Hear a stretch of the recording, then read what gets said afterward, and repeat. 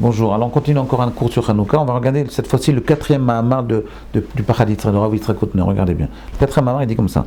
Vous savez qu'à Hanouka, avant d'allumer les bougies, on dit Baruch Ata Hashem Elokeinu melech haolam asher kideshanu bemitzvotav vetzivanu leadlik ner Hanouka.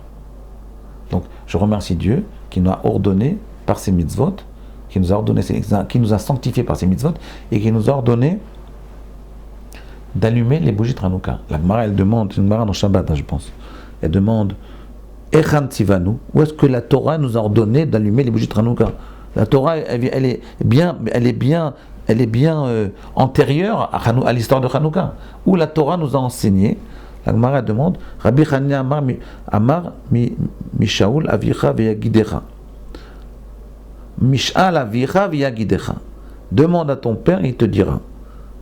C'est dans Hanouka, exactement, Bami Madlikin. Il dit, mais je ne comprends pas. Le Rav Hutner, il pose une question, il dit, mais je ne comprends pas. Attends, pourquoi on pose cette question que pour Hanouka? Il y a énormément de mitzvot qui sont que des rabbanan. En réalité, à chaque édition de Tivanu, la Adlik ne Hanouka. C'est pas que, quand on dit une bracha, c'est pas que pour les mitzvot de la Torah, mais normalement on devrait dire les brachot que pour les mitzvot de la Torah. Parce que c'est écrit que Dieu nous a sanctifiés, il nous a, par ses mitzvot, et il nous a ordonné de faire. Donc il nous a ordonné dans la Torah. Il dit non, en réalité c'est ici un ordre des rabbanan. C'est une mitzvah des rabbanan. Mais le Rav Hutner, il dit, mais pourquoi on nous demande, le seul endroit sur lequel on demande Echan Tivanu, où est-ce qu'on nous l'a ordonné? C'est que à Hanouka. Pourquoi on ne nous le dit pas pour Sukkot? Par exemple, Sukkot, le Netilat Lulav du Sukkot, à part le premier jour, les autres jours c'est des rabbanan. Il y a énormément de mitzvot qui sont que des rabbanan. Et on dit Asher Kideshanu bemitzvotav vetzivanu. Pour quelle raison? La Gemara elle pose la question que dans Hanouka. Est-ce que vous avez la réponse, Rabbi Yosef? La réponse est très simple. C'est qu'en réalité, Hanouka, c'est le passage, c'est au niveau historique, c'est le passage de l'ère de la prophétie à l'ère des Chachamim. C'est pour ça qu'on met en valeur les Chachamim. On dit que sache que ce que les Chachamim nous enseignent, c'est aussi une parole de Torah. C'est aussi de la Torah chez Birtav. C'est pas que des rabbins qui viennent et qui rajoutent des mitzvot. C'est la Torah, elle a inclus en elle-même les chachamim. Alors là, ici, on va essayer de comprendre qu'est-ce qui se passe, quel est le message ici en profondeur de ce texte-là de Rav Hutner. Il faut bien comprendre ici de quoi il s'agit. En réalité, il faut comprendre qu'à l'époque de Hanouka, c'est Alexandre le Grand à mon avis, non? À l'époque de Hanouka, on arrive au premier chachamim, Pirkei Avot, vous voyez? Il y a les derniers Nevi'im et le début, la fin de la période des Nevi'im, des prophètes, et le début de la période des Chachamim. Quelle différence existait-il entre une yeshiva de prophètes et avant Hanouka, il y avait des yeshivot, c'est des yeshivot de prophètes. Shem Ve'emer, c'est des prophètes. D'accord? Après Hanouka, il y a des yeshivot de Chachamim, comme aujourd'hui. Aujourd'hui, c'est des yeshivot de Chachamim. Rabbi Yosef, vous étudiez à Mir, c'est une yeshiva de Chachamim. Ma yeshiva, c'est une yeshiva de Chachamim. C'est pas une yeshiva de prophète. Quelle différence existe-t-il en essence entre une yeshiva de Chachamim et une yeshiva de prophète? Est-ce que vous savez, Rabbi Yosef? Vous savez, je crois. Hein? Alors, la réponse, je vais vous la dire, c'est qu'une yeshiva de prophète, on apprend à l'homme à s'annuler totalement. Il s'annule tellement que la parole divine, elle passe à travers sa gorge.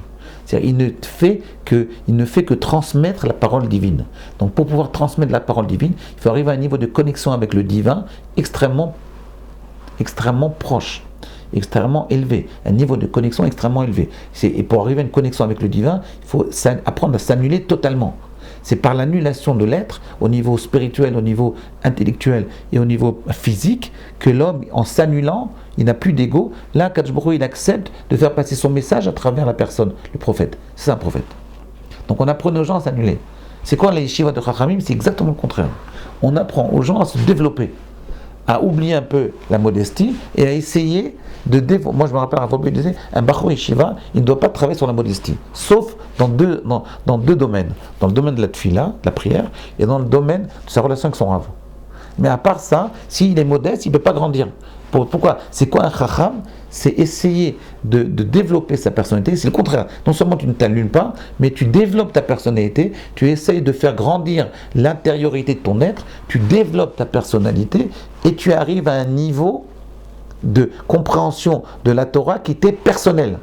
Abaye et Rava, ils ont chacun une compréhension personnelle de la Torah. C'est ça les Chachamim. Vous voyez, Bet Hillel, Bet Shammai, c'est deux compréhensions de la Torah qui passent à travers leur personnalité. Donc les Chachamim, ils sortent la Torah à travers la personnalité. Et le message qu'on nous dit ici, c'est un message extrêmement important. On nous dit que en réalité, on nous explique que la Torah, ce qui nous intéresse, ce n'est pas la Torah comme elle est écrite.